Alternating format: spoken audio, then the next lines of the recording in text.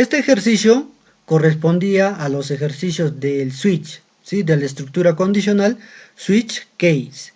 Les había mencionado que en Python no existe la condicional o no existe la estructura switch case, pero sí existe en los demás lenguajes. Y también es importante que lo conozcan. Haciendo referencia de todo ello, les había dicho que ustedes el ejercicio que había mostrado en esa diapositiva lo conviertan en una condicional if múltiple. Entonces, la resolución de la tarea era el siguiente. O bien lo podían hacer en pseudocódigo o en código en Python. ¿Ya? Aquí tenemos la resolución de ese ejercicio mediante pseudocódigo. Primero, declaramos una variable de tipo entero o int, número, día. Luego, en la entrada, ya no vamos a poner aquí entrada, proceso, salida, ¿ya? Porque estamos haciendo uso de una línea más. Y como los ejercicios que ahora vamos a tener son más largos, son más extensos, no nos va a alcanzar espacio. Por eso estoy omitiendo estos comentarios. Hasta estas alturas, nosotros ya comprendemos que un algoritmo o un pseudocódigo está conformado por las tres partes esenciales que son entrada, proceso y salida. Continuemos. En esta parte le decimos ingrese el número del día. ¿Y dónde vamos a capturar ese valor? Vamos a capturar en nuestra variable número día.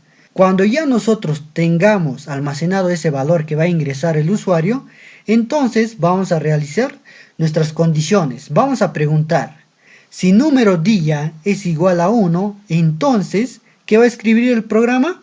Hoy es el día lunes.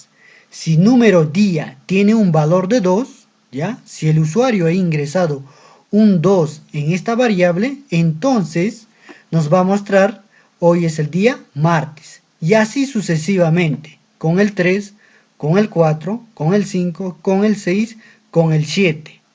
Ahora, ¿qué pasa si el usuario, si la persona que está manejando el programa, ingresa un número 8, 9 o un número mayor a 7? ¿Existirá un día 9, un día 10, un día 12? No, ¿verdad? Entonces ponemos un caso contrario. Escribir no existe ese día. Ahora, ¿cómo hacemos este ejercicio en Python? Vean, omitimos la declaración de variables. De frente pasamos a la entrada de datos. Y para hacer la entrada de datos lo hacemos en una sola línea. Podemos estructurarlo para que capturemos la entrada en dos líneas, pero es mejor hacerlo en una sola línea. Vean, ponemos número día es igual a int, estamos convirtiendo el valor que va a ingresar en entero, input, entrada, ingresa un número. Este es el mensaje que va a leer el usuario. Y una vez que lea este mensaje el usuario, va a ingresar un número, un valor. Y ese valor que va a ingresar lo vamos a almacenar en esta variable, número día. Y luego hacemos las preguntas, las condiciones. Si número día es igual a 1, entonces, dos puntos, escribimos siempre las instrucciones con su indentación. Ya, ojo, con su indentación siempre. Print, hoy es el día lunes. Y así tenemos que hacer hasta el número 7, porque solamente tenemos 7 días. En caso contrario, aquí tenemos un else. El caso contrario en Python y en otros lenguajes es lo mismo, es un else. Ponemos dos puntos. No existe ese día. Lo hubieran hecho por cualquiera de estas dos formas. Ya, esa sería la resolución a uno de los ejercicios que les había dejado el día martes. También les había dejado este ejercicio. Es el ejercicio que vino en el examen parcial. Lo habíamos resuelto hasta la mitad, ya nos faltaba completar la otra parte.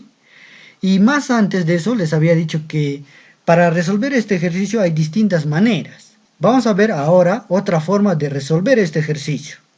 Veamos, yo lo he hecho en Python. Nos pedía que ingresemos la categoría del trabajador y el sueldo inicial del trabajador. Por eso están estas dos líneas. La primera línea dice, categoría va a ser igual a lo que ingrese el trabajador. ya le va a mostrar un mensaje, ingrese su categoría. Y lo que va a ingresar el usuario lo vamos a almacenar en esta variable. Lo mismo, para el sueldo inicial le vamos a decir al usuario que ingrese su sueldo. Y lo que va a ingresar lo vamos a almacenar en esta variable, sueldo-ini. Ahora, el proceso. Preguntamos, si el trabajador pertenece a la categoría A, si el usuario que está haciendo uso del programa pertenece a la categoría A, si esto es verdad, entonces se le va a asignar al sueldo inicial más 30 soles. Y todo ese valor, toda esta suma de estos dos valores, lo vamos a almacenar en esta variable, sueldo final. Lo mismo para la categoría B.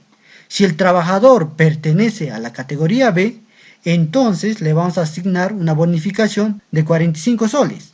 Ese 45 soles lo estamos sumando al sueldo inicial. Y toda esa suma lo estamos almacenando en sueldo final. Y así sucesivamente hasta la categoría D. En esta parte me he confundido, he puesto sueldo inicial, también 45, y en esta parte 45. Creo que eran aquí 25 y 15. Corrijan eso por favor. Luego de eso, ya una vez que hagamos para las 4 categorías, porque solamente había 4 categorías, ¿verdad? Vean, categoría A, B, C y D. Ya 25 y 15 aquí dice. Ya tenemos las 4 categorías. En caso contrario, que el usuario o que el trabajador ingrese otra categoría, entonces no va a hacer nada, ya no vamos a asignar ningún valor porque no tenemos en nuestra tabla. Solamente le igualamos al sueldo final el sueldo inicial que tiene. No le vamos a asignar ninguna bonificación. Luego de eso, de hacer todas estas comparaciones, en la salida vamos a mostrar el sueldo final es sueldo-f. Vean esta variable de aquí. Ya esta es otra manera de resolver el mismo ejercicio que ha venido en la parcial. Ahora, el trabajo o el primer trabajo que tienen hoy día es convertir este código Python a pseudocódigo. Ya tienen toda la lógica, solamente es convertirlo a pseudocódigo.